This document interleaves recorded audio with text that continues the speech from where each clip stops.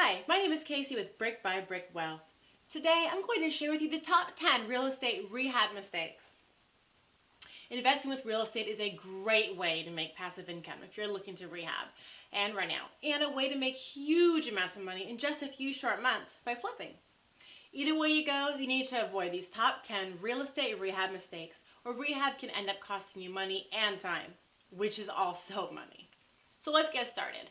Please hit the like button, subscribe to my channel, and ring the bell so you'll be notified of future videos about real estate investing. The first real estate rehab mistake is using cheap materials. There are two questions you need to answer before you can decide what price point to buy your rehab materials. The first question you need to ask yourself is, will I be renting or flipping the house? It makes a difference. The second question is, do I know what my competition is doing? What do the other houses look like in my area? The first thing you need to do, for example, if you're trying to find out what type of kitchen to put in your rehab, is to look at some recent houses that have sold that are similar to yours. If they look like they sold for top market value, see what they put in their kitchen. Do they have laminate countertops, aka Formica? Do they have new granite, marble, or quartz? You want to make your house similar if you're going to be flipping it. If you're looking to rent it, you may not need such expensive options. Potential renters and potential buyers can see through the cheap materials that you're using, and they won't want to purchase your home. Another huge cheap material that I see in recently done rehabs is the flooring. And that's likely because flooring cost is one of the most expensive costs when it comes to rehabbing a home. Laminate flooring, thin laminate flooring in particular, and carpet are not really materials that you want to put in a rehab for a rental. Now, if it's for a flip, carpet might be okay in some instances, but I do caution against it.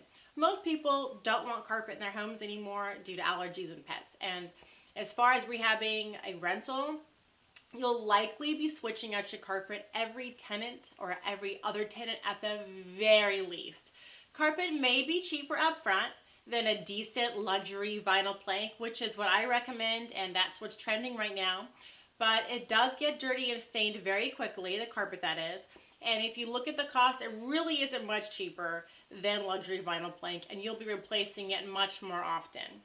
One of the overlooked cheap materials that I've seen and even tried using myself is using the cheaper paint when painting inside the house.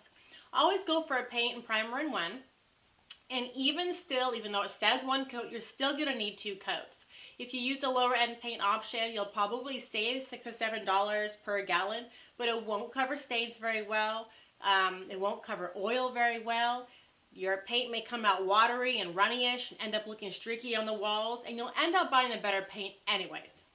If it looks cheap, everyone will know it's cheap, and you'll be holding onto that property for a long time. You want to minimize your repair costs, so putting in cheap materials now will cost you more materials plus labor down the road to get it fixed. The second real estate rehab mistake is underestimating your costs. If you plan to be your own contractor, you'll need to know what needs to be repaired. Not understanding the scope of every job will leave you forgetting materials and even hard labor costs. It's absolutely likely that you're going to forget some materials. You're going to forget some things you have to fix. And you're probably going to find surprises that you need to repair along the way. For example, let's say you're redoing a vanity in the bathroom. You don't need to just go buy the vanity and sink top and faucet, which is what I would think the regular person would think. You also need to buy the plumbing guts below. And you might say, yeah, I know that too. But see, what you have to remember are specific things like, if the vanity is not the same size as before, you'll need to notice that. You'll need to see if it's affixed to the wall. And if it is, will the wall need repair? Is it glued to the tile, nailed in? Is there even any tile behind it? You'll need to check that out. And also check out the footprint. If it doesn't leave the same exact footprint on the floor, you have to check that out also. You might have to redo the flooring if you change the vanity. So those are some surprises that you might be like, oh shoot, I didn't think of that. So always keep a little bit of extra money for those surprises. If you're refinishing flooring or putting in new flooring, don't forget about baseboards. And if you need shoe moldings or quarter rounds to cover up any gaps, there might not have been gaps with previous flooring. So for example, if you're putting flooring on top of existing flooring, you'll also need to take into account the heights of your doors and your door casings. They may need to be shaved off or replaced. Budgeting an extra 10 to 20% to your rehab costs is a really wise move and highly recommended. The third real estate rehab mistake is using unskilled or cheap labor. We all want to get the best deal. We all do. And I have fell victim to this myself a couple times. You get a bunch of quotes and you realize that the cost is way more than what you were thinking. So you go with the cheapest guy thinking, well, it's not a very hard job to do. I could do this. Or well, let's just pick the cheap guy. It's not brain surgery. Let me tell you, if you go for the cheapest guy, you'll get the cheapest work. And that might be okay with you. You might be okay with low-end, low-quality work. But I've walked into so many houses where it was super apparent that they had unskilled cheap labor. One of the new trends is using that white subway tile with the dark gray grout. Well, if you have a bad tiler guy, it's going to be super apparent that your tiles are not flush with each other or lined up properly. That's just disgusting, and I would never pay for a house simply from that one mistake. Because as a buyer, you think, well, if they're cutting corners and using cheap labor here, what else are they doing that I can't see? This goes right into my fourth real estate rehab mistake of not getting multiple quotes. It takes time and appointments to get contractors or subs to come out and give you estimates, but you're really doing yourself a disservice if you pick that first guy that comes along. Some guys' quotes can be over thousands or even $10,000s of dollars. Some guys just want to mark you up high because they don't want to do the job. They say, well, if the girl's going to pay for it, sure. But what if that was your first guy, the guy that overcharged you, and you took him? You could be overpaying through the nose. Get multiple quotes, find out exactly what their scope of work is, and pick the most reasonable one that you think will do the best job for the best price. A good rule of thumb is to get at least 3 quotes. Sometimes, depending on the complexity of the job, I'll even get 4 or 5 quotes. How many quotes do you usually get for the house? Do you go with the cheapest one or mid-level? Please comment below on what works for you. Sometimes I feel I do go for the cheapest quote and then I'm never satisfied with their work. How is it for you? Please let me know in the comments. I am curious. Maybe it's just me. The fifth real estate rehab mistake is not understanding how to work with contractors. Now that you've picked your contractor or your subcontractors for the job, you need to know how to work with them or they're going to walk all over you. The number one thing you need to have is a clear and concise contract. No accepting an agreement with a handshake and no one-liner quote saying, bathroom remodel, $5,000. No. You need an itemization showing exactly what materials will be used and how much labor will be. And those things need to be separate. Usually you'll have to ask for materials and labor to be separated out. I've had to ask probably 9 out of 10 contractors to itemize my stuff. They don't want to do it. It takes extra work, and they probably don't want to be held accountable either. Besides the contract and making sure everything's itemized, you also need to monitor their work. If you have a full-time job or you're out of state and you can't monitor on a daily basis, I would suggest finding someone who can monitor their work. If you use a general contractor, well, that's what you're paying them for. You're paying a premium over just hiring subs. You're paying them to oversee the job, so that's great. Keep in contact with them very frequently because they're there to take all the liability. But if you hire separate subs so you can manage your own job, you need to be there every day. They will cut corners if they are not being watched, and they may do things that you didn't intend them to do because of a misunderstanding or maybe some unclear communication. And whatever you do, please do not give them all your money up front. No, no, no, no, no. Giving them some money up front for materials is okay, and a lot of them do ask for that, but I wouldn't give up more than a third up front. Halfway through the job, it's okay, give them another third, and the rest upon completion. But really, I prefer 1/3 up front for some materials and the rest upon completion. That way you have some leverage if they don't do a good job. They'll have to fix it if they want their money. Having the upper hand on contractors and subcontractors is crucial because they're looking for ways to get the job done faster and with minimal effort.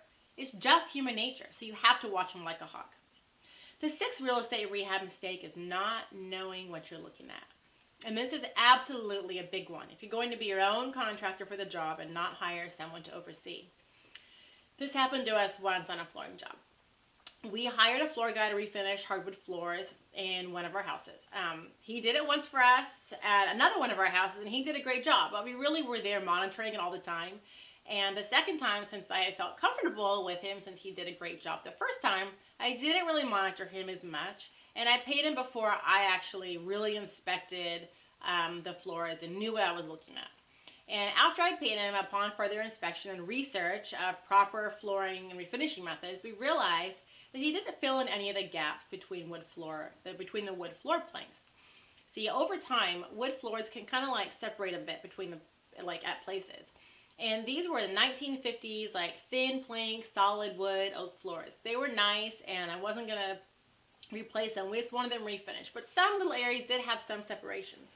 Well, after doing some research, we realized that he really should have filled in all the gaps on the floor, like with some sawdust mixture. But he didn't do it. And I'm assuming that was to save him time and cost because I didn't say anything, because I just didn't know. It was my fault. I wasn't monitoring him. I didn't know what I was looking at, and I kind of got screwed. I mean, they look good. The floors look good. But they would have looked a lot better if I would have known what I was looking at when I hired him. The seventh real estate rehab mistake is underestimating time. My husband and I, we really enjoy fixing houses. Well, I enjoy watching and he enjoys fixing. but anyway, no matter what we say, it always takes 3 times longer than we estimate. If you have a contractor or are subcontracting all the different work yourself, I would still estimate at least 2 times longer than you think. And if it happens in the shorter time, then that's great. But you need to be prepared for any surprises that come along the way, because there probably will be surprises. And the length of time it may take to fix them might be longer than you think. If it's a busy season and you need a roof, you might not be able to get it done within that month's time frame. It might seem reasonable that you call a roofer and you want a roof within 4 weeks. Well, if it's the summertime or springtime, whenever their busy season is, you're looking at maybe 6 weeks out. And you might have to do the roof before you do other things on the house. So you also need to know the order in which repairs take place. The 8th real estate rehab mistake is over-rehabbing. I shouldn't have to say this because I feel like it's the number one thing people are always talking about when it comes to rehabbing. But because it's such a big deal, I'm going to mention it. I'm going to mention it right now. If you're rehabbing a Class C neighborhood, please don't go put marble in the kitchen counters. It's not required. You won't get your value back on the sale of the house if you're flipping, and tenants will ruin that in no time. Another thing is landscaping and curb appeal. It's a huge selling factor. It is a very huge selling factor. But if you're rehabbing it for rent, it just needs to be simple and clean. And if you're rehabbing it for sale, don't dump tons of money in it just to sell it. It just needs to be simple and clean. Don't put thousands of dollars into your landscape unless you're rehabbing in a top-notch neighborhood. You won't get the value back, promise. You can freshen things up outside with yellow flowers, mulch, and some like $12 to $15 small bushes at Lowe's or Home Depot. Just think simple and clean. No nasty weeds. Mulch goes a long way. Also, going crazy on the kitchen backsplash is also not a good idea. Kitchen backsplash, 12 by 12 mesh sections with the tiles on them, they're easily like a conservative $9 to $13 each. But if you look closer, there are some really good ones for about $3 a square foot that look awesome too. And another example in the bathroom, you can get some awesome, like banging $145 bathroom faucets, like Delta, Moen has some great ones. But guys, it's just too much money in the average bathroom. The $50 to $70 ones are awesome and still quality. Just don't get the $20 ones, okay? Every little bit counts when you're rehabbing, and it all adds up. And don't forget, taxes and labor for everything too. The 9th real estate rehab mistake is not having enough money. It's easy to spend money. I know that. And it's easy to just put it on a credit card, swipe it, pay it all later. Don't even think about it. But following your budget along the way and knowing your numbers along the way will really help you. Holding costs such as the mortgage payment, insurance, utilities, those are things you can't get away from. And it's also important to leave some wiggle room for extra repairs and unforeseen surprises. When those issues come up, if you don't have enough money, you'll find yourself cutting corners elsewhere, which will lead you to a lower quality rehab. Try not to be so tight on funds so that you make any mistakes or have to cut costs where you shouldn't be cutting costs. The last real estate rehab mistake is doing it all yourself, being a complete DIYer. If you're looking to flip a property, there's really no way you can rehab an entire house yourself in 1 to 2 months unless you're working full-time on the property, days, nights, and weekends. You'd also have to be basically a contractor in order to do that and really love what you're doing. And even then, it can wear on you over time. If you're looking to turn the property over quickly for a rent or for a flip, hiring a great team that you can trust and monitor will be essential in keeping you on time and on budget. Every single day that goes by where you're over your estimated time, it's another day you're paying holding costs. Not to mention the higher the risk of vandalism, break-ins to steal your tools, squatters, or issues like leaking pipes because it's freezing, or fire since the home is vacant and no one's keeping a constant eye on it. If you're thinking about rehabbing a house for a property investment and would like some guidance, I'm putting together a course on how to invest with rentals from A to Z. Sign up below so you're the first to know when it's out. There'll be tons of valuable knowledge packed in there. Meanwhile, check out the video, How to Be a Successful Landlord. If you're rehabbing to rent, you'll need to know what comes next after rehabbing. In the description box below, I'm also giving away a free digital download of a sample blank tenant application, and I also include a guide to the top 5 things I require tenants to have before they can sign a lease. If you learned something in this video today, please like the video and subscribe. Don't forget to ring the bell next to the subscribe button so you can be notified of new videos on investing in real estate. I'm Casey Franchini, and thank you for watching Brick by Brick Wealth.